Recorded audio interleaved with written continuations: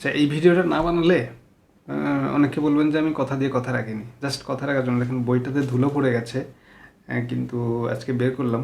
অনেক দিন আগে, মনে হয় 2-3 মাস হয়ে গেছে। না, 2 মাস মতো হতে পারে। না, 3 মাসই হয়েছে, জান, 3 মাস। বারবার এত কথা বলার কিছু নাই। আমি বলেছিলাম বইটা নিয়ে ভিডিও বানাবো। বইটার নাম বালিকার প্রথম প্রেম। মানে কেমন যেন একটা কেড়ে কেড়ে মেড়ে মেড়ে নাম হয়েছে না এই যুগে আসলে। মানে বালিকার প্রথম প্রেম, ওই যে আগে ছন্দে ছন্দে চিঠি লিখে প্রেম করতো মানুষ, এটা কিছুটা এরকম এরকম লাগছে। তারপর আমি পড়েছি বইটা, বেশ বড়, 600+, অলমোস্ট 700 পেজের একটা বই। হ্যাঁ, 699, একদম 700 পাতা আছে এখানে, আমি পুরোটা পড়েছি। তো আমি জিজ্ঞাসা করেছিলাম বইটা সম্পর্কে জানতে চান, অনেকে বলছে না, জানতে চায় না, কারণ এই নাম দেখে আসলে কেউ আগ্রহী হয় না। যদিও বইটার লেখক সমরেশ মজুমদার। তো আমি কথা দিয়েছিলাম যে একজন মানুষও যদি আসলে ইন্টারেস্টেড হয় আমি জানাবো। তো সম্ভবত মাহবুব ভাই, কাজী মাহবুবুর রহমান, উনি বলেছিলেন যে হ্যাঁ ঠিক আছে ঠিক আছে, আমি বইটা নিয়ে দু একটা কথা বলি। বালিকার প্রথম প্রেম। আচ্ছা, বইটা কেমন জানেন? মানে আগেই বলে দিই, কারণ আপনি যদি মনে করেন ভিডিও স্কিপ করবেন, করতে পারেন, সমস্যা নাই। আর ওই যে একটা গান আছে, আমি তোমার মনের ভিতরে একবার ঘুরে আসতে চাই, হাবিবের একটা গান আছে না, আমি তোমার মনের ভেতর একবার ঘুরে আসতে চাই। হাবিব আর ন্যান্সি গেছে, মানে 2008-9 সালের দিকে সম্ভবত এটা বিশাল জনপ্রিয় ছিল গানটা। আচ্ছা, এই গানটার ব্যাকগ্রাউন্ডটা আপনাদেরকে একটু জানাই, তাহলে এই বইটা সম্পর্কে একটা চমৎকার রিভিউ হয়ে যাবে। সেটা হচ্ছে, এই গানটা কিন্তু 1 কাপ চা সম্ভবত, যদি ভুল না করে থাকি, না হলে কিছু সোহেল আরমানের একটা সিনেমা আর কি, উনি নির্মাণ করেছিলেন। তো ওই সিনেমার গান এটা। তো উনি এই গানটার লেখা আর কি, গানটা লেখার জন্য লিখছিলেন আর কাগজ ছিঁড়ে ফেলে দিচ্ছিলেন আর কি, ডাস্টবিন, মানে বাস্কেটে। তো ভালো লাগছিল না গান কোনোটা।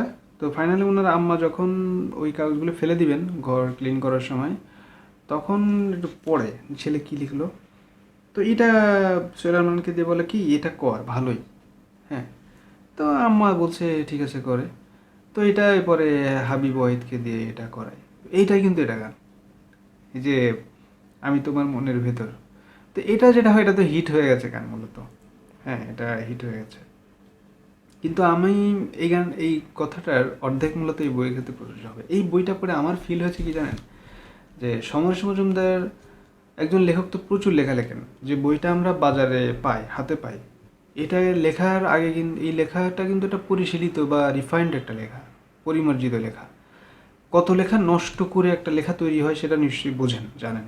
যে একটা লেখা করতে ভাল লাগছে না, ভালো লাগছে না, ছেড়া বাদ, এরকম করতে করতে একটা লেখা আসে। তো প্রত্যেকটা লেখকের ক্ষেত্রেই সম্ভবত এরকম আছে আমার বিশ্বাস, এবং এটাই সঠিক। এই বইটা সম্ভবত সমরেশ মজুমদারের এরকম বাদ দেওয়া লেখা আছে না কিছু, যে ফেলে দেওয়া, বাদ, ভালো না লেখা। তো এরকম কোনো লেখা এক করে বইটা বানানো হয়েছে আমার ধারণা। কিন্তু আবার এইভাবে বলা যাচ্ছে না, এই কারণে বইয়ের পাবলিশার কিন্তু আনন্দ পাবলিশার্স।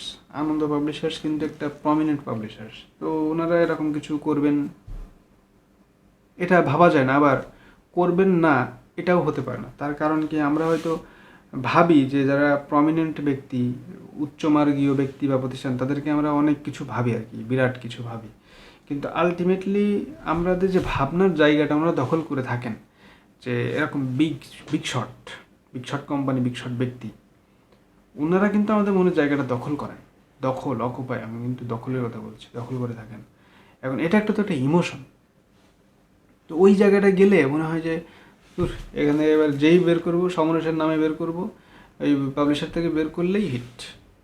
তো এরকম একটা ব্যাপারও ঘটে থাকতে পারে। আবার এই বইয়ের মধ্যে সমরেশ মজুমদারের নিজেই লিখেছেন, সমরেশ মজুমদার, যে এখানে প্রকাশকের নিবেদন।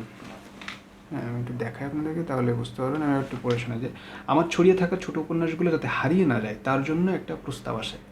আর ওই সব উপন্যাসগুলো প্রেম, ভালোবাসা, দুঃখ, কষ্ট, আনন্দিত হওয়া চরিত্রগুলোকে দুই মলাটের মধ্যে রেখে পরিবেশন করা হলো বালিকার প্রথম প্রেম উপন্যাসে। বুঝতেই পারছেন আমি যতক্ষণ যেটা বললাম তার সাথে এটার একটা মিল আছে। তো যারা এই পর্যন্ত ধৈর্য নিয়ে শুনেছেন, তারা নিশ্চয়ই বই সম্পর্কে একটা আইডিয়া পেয়ে গিয়েছেন। ইচ্ছা করলে এই জায়গা থেকেও আপনি ভিডিওটা স্কিপ করতে পারেন। তারপরেও যারা থাকছেন তাদের জন্য আর দু একটা বিষয় আমি বলি, বইটার মধ্যে আসলে কী আছে এরকম। বইটার মধ্যে মাত্র 4 পাতা, 1 পাতার উপন্যাসও আছে, 1 পাতা।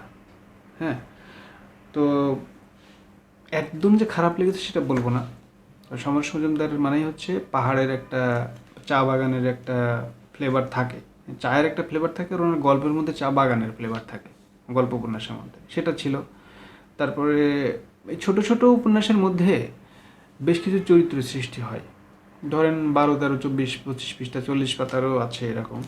তো এইটুকু পড়ার মধ্যেই বেশ কিছু চরিত্র আপনি পাবেন এই বইটার মধ্যে, যেগুলো আপনাকে প্রভাবিত করবে। মানে কিছুক্ষণের জন্য, বললাম না বইটা রিকমেন্ড করবো না, আমি আগে বলছি বইটা আমি রিকমেন্ড করছি না যে আপনারা কিনে পড়েন। যদি থাকে বা পড়েন তাহলে আপনার কী কী পাবেন সেই বিষয়টা আমি বলতে পারি। এটা শুনে হয়তো আপনি কালেক্ট করতেও পারেন যদি আপনার ভালো লাগে। বেশ কিছু চরিত্র এই বইয়ের মধ্যে রয়েছে যেটা আপনার ভালো লাগবে। প্রেম রয়েছে, যৌনতা রয়েছে, তারপর হচ্ছে পাহাড় রয়েছে, নদী রয়েছে, বৃষ্টি রয়েছে, সংকট রয়েছে, জীবনের সংকট, ভয় রয়েছে, শত্রুতা রয়েছে, সমস্যা রয়েছে, সমাধান রয়েছে, এরকম অনেক কিছু রয়েছে, যেগুলো সব কিছু মিলিয়ে ভালো লেগেছে। সমরেশ মজুমদার নিজেও এখানে কয়েকটা উপন্যাসের চরিত্র হয়েছেন তার বন্ধুর সাথে। সেখানে একটা সংকট আছে, শিউলি নামে একটা ক্যারেক্টার আছে, দেখেছেন? এখন পর্যন্ত মনে আছে এই কারণে, শিউলি নামে একটা ক্যারেক্টার রয়েছে। তো এগুলো যদি আপনি আস্বাদ করতে চান তাহলে বইটা আপনি পড়তে পারেন। এখন আসি বালিকার প্রথম প্রেম, বইটার নাম এটা কেন দেওয়া হলো সেটা নিয়ে একটু তো আলাপ করা উচিত, তাই না? এই বইয়ের যে নাম উপন্যাসটা সেটা আসলে বালিকার প্রথম, এটা একদম প্রথম উপন্যাস, সেটা হচ্ছে বালিকার প্রথম। আচ্ছা সুচিতা একটু দেখে নেন, এখানে সূচি আছে, দেখেন কি কি উপন্যাস রয়েছে সেটা আপনারা দেখতে পারেন। আচ্ছা এটা না, একটা পাতার মধ্যেই রয়েছে, মানে এটা তো বাংলাদেশি প্রিন্ট, বুঝতে পেরেছেন? নীলক্ষেত প্রিন্ট বোঝা যাচ্ছে, তো আমার ধারণা আর কি। তো পাতায় উলট পালট আছে মাঝে মাঝে, এটা পড়তে গেলে বুঝতে পারবেন পুরাটা। এখন বালিকার প্রথম প্রেমটা কি আমি একটু সংক্ষেপে আপনাদেরকে বলি। এটা একটা চমৎকার উপন্যাস। সেটা হচ্ছে একটা বাবা তার টিনেজ মেয়েকে নিয়ে গল্প। ওই মেয়েটার মাত্র 4 দিন সম্ভবত বয়সে ওর মা মারা যায়। তো ওর বাবা কখনো আর বিয়ে শাদী করেনি কখনো। তো মেয়েকে ফিট রাখার, মানে মেয়েকে গড়ে তোলার জন্য বাবা যেটা করে, চাকরি করে, ভালো চাকরি করে, ভালো আয় করে, অর্থকড়ির কোনো সংকট নেই। সে আর বিয়ে করে না, কিন্তু নিজেকে ফিট করে রেখেছে, মানে ডায়েট করে, দৌড়াদৌড়ি করে, ব্যায়াম করে, নিজেকে ঠিক রাখার জন্য। মানে তার যে বয়স, ধরেন মেয়ের, একজন মানুষ যদি 25 ইয়ার্সে বিয়ে করে, তার মেয়ের যদি বয়স আরও আপনার 15 হয় বা 16 হয়, তো 25, 30, 40, 40+ কিন্তু হয়ে যায়। তো 40+এ তো একজন মানুষ একটু কিছুটা মাঝবয়সী মানুষ, তাই না? চুল টুল পেকে যায়, হ্যাঁ, এরকম একটা ব্যাপার থাকে। অনেকে এই বয়সে মেদ হয়ে যায়, অনেক ব্যাপার হয়। তো ওই ভদ্রলোকের আবার তেমন বালিকার বাবা কিন্তু ফিট খুবই, তাকে দেখে অনেকেই ক্রাশ ট্রাশ খায়, অনেক আন্টিরা ক্রাশ খায়, এরকম একটা ব্যাপার মেয়েই জানে। আর মেয়ের সাথে বাবার সম্পর্ক খুবই ভালো, ফ্রেন্ডলি, মানে থাকাই উচিত, এই ধরনের সিচুয়েশনও যেমনটা হওয়া উচিত আর কি, তেমনটাই।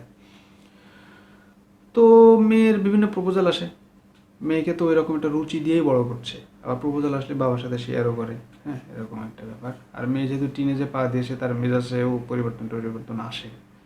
তো বিয়ে শাদী না করার কারণে, আর ওই মেয়েটার মাকে বিয়ে করেছিল সম্ভবত পরিবারের অমতে, এরকম কিছু একটা, আত্মীয়দের সাথে তেমন যোগাযোগ রাখতো না। তার মেইন কারণ ছিল ওকে বিয়ে করার জন্য একটা চাপ দিত। তো সে তো মেয়েকে ইয়ে না করে, বিয়ে শাদী দিবে বড় না করে সে বিয়ে করবে না সিদ্ধান্ত নিয়েছে, যার কারণে সে কারোর সাথে বেসিক্যালি যোগাযোগ রাখতো না। এই অফিস সামাজিক যোগাযোগটুকু রাখা উচিত মানুষের সাথে, এরকম। তো যেটা হয়, একবার ও জানে যে, হঠাৎ করে ও নোটিস করা শুরু করে, মানে ভালো অবজার্ভ করা শুরু করে যে বাবাকে কোন কোন আন্টিরা, কোন কোন মেয়ে, ইভেন ওর মধ্যে একটা ওর বান্ধবী আছে, বালিকার নিজের বান্ধবী, সেও তার বাবার উপর ক্রাশ খায় একদম, মানে বিয়ে করতে চায়, এরকম একটা অবস্থা। তো ও সবাইকে, ওর বাবার পিসি, তারপর হচ্ছে মামা, এদেরকে ডেকে নিয়ে এসে আর এদিকে ওদেরকেও খবর দেয়, যারা ওর বাবার উপরে ক্রাশ খেয়েছে ওদেরকেও ডাকে।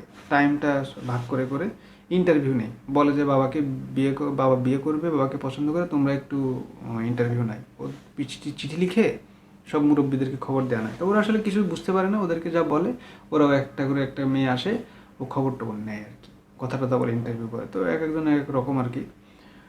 তো বাবা যখন বাড়িতে আসে, মানে এগুলো সব চলছিল তার অনুপস্থিতিতে। অফিস থেকে আসার পরে সবাইকে দেখে তো খুশি, কিন্তু যখনই দেখে যে ইন্টারভিউ নিয়েছে এরকম, তখন তো খুবই রেগে যায়, খুবই রেগে যায়। তো এই বাবার এই অগ্নিমূর্তি দেখে মেয়েটা ভয় পেয়ে যায়, দুঃখ পায়, সে ঘরের ভিতর ঢুকে দরজা বন্ধ করে দেয়। তো পরে দরজা খুলে আর কি, বাবার রিকোয়েস্ট এরকম সেরকম অনেক রিকোয়েস্টে, যাই হোক দরজা খোলার পরে যেটা হয়, মেয়েটাকে বলে কি হয়েছে তোর, বলতে এরকম কেন করলি? মেয়েটা তখন বলে যে ওরা আর শুনতে চাইছে না, ওরা বলেছে আমাকে পড়াবে, ওরা ভালো, তুমি যেটা যেমনটাকে ভালো ভালো, ওরা খারাপ না, এসব বলে। আসলে মেয়েটা একটা প্রপোজাল আসে এবং ওরও ভালো লাগে, ধরতে পারেন যে প্রেম হয়েছে হয়তো এতদিন গোপনে, মানে বলেনি, অনেক মানে মেন্টালি অনেক স্ট্রং একটা মেয়ে এরকম হবে ওর বাবাও ভাবে নাই। মেয়েটার নাম নন্দিনী আর বাবার নাম অনিশ। তো লাস্টের ডায়লগগুলো একটু শোনেন, হ্যাঁ বলি একটু। এবং ঘর থেকে বের হয়েছে বাবা তো অনিশ তো রেগে গিয়েছে যে তুমি এসব কেন করেছো, এদেরকে ইন্টারভিউ কেন করিয়েছো, তোমার এইসব পিসিদেরকে মানে দিদাদেরকে কেন ডেকে নিয়ে এসেছো, এগুলো বকাবকি করে। তখন ও বলে, কেঁদে উঠে বলে যে আমার উপায় ছিল না বাবা।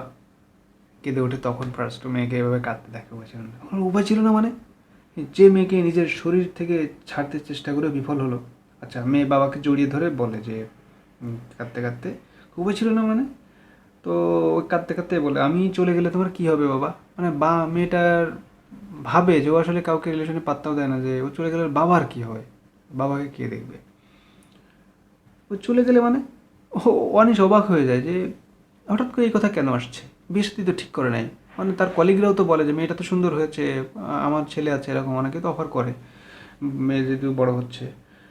তখন বলে তুমি একা কী করে থাকবে, তোমাকে একা রেখে আমি যাব কী করে, একটু একটু করে কাঁদছিল আর বলছিল নন্দিনী। তো অনিশ বলে যে আশ্চর্য, তোমাকে এখনই যে কোথাও যেতে হচ্ছে না। তখন লাস্ট ডায়লগটা ডেলিভারি হয়, বলে একজন কিছুতেই শুনছে না, ওর বাড়ির সবাই আমাকে চায়, ওরা তোমার সঙ্গে কথা বলতে চাইছে, আমি কি করে ওদের নিষেধ করব বাবা। এটা বলে আরও চিল্লায় কান্না করে ওঠে।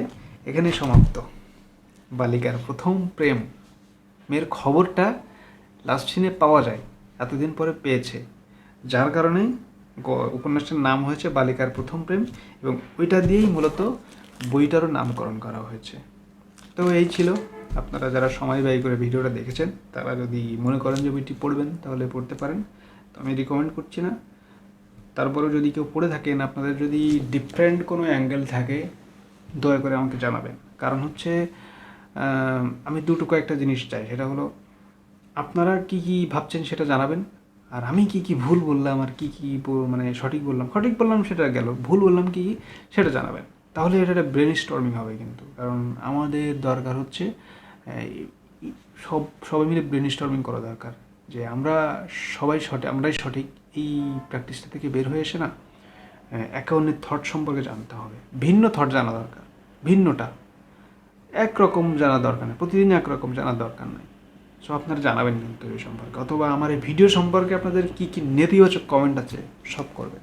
ওকে, আল্লাহ হাফেজ। ভালো থাকেন কিন্তু, হ্যাঁ অনেকদিন পর ভিডিও বানাই, দেখা হয় না আপনাদের সাথে, অনেকদিন পর ভিডিও বানালাম, তো দেখা হবে আবার, ততক্ষণ পর্যন্ত ভালো থাকবেন। ওকে।